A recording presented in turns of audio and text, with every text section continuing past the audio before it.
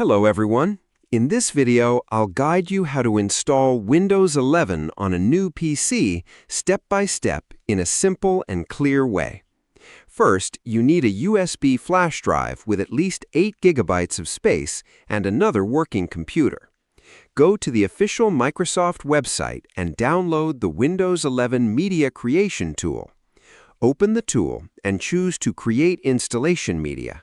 Then select your language and edition and let it make a bootable USB. Now plug this USB into your new PC and turn it on. Enter the BIOS or boot menu by pressing a key like F2, F12, or Delete depending on your system. Set the USB drive as the first boot device and save the changes. Your PC will now start from the USB and load the Windows setup screen. Next, choose your language, time format, and keyboard layout, then click Install Now. Enter your product key if you have one, or choose Skip to activate later. Select the Windows edition you want and accept the license terms.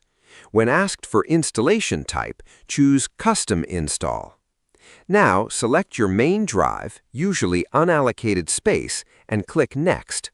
Windows will begin installing and your PC will restart a few times. After installation, follow the setup steps like choosing region, connecting to Wi-Fi, signing in with your Microsoft account, and creating a PIN.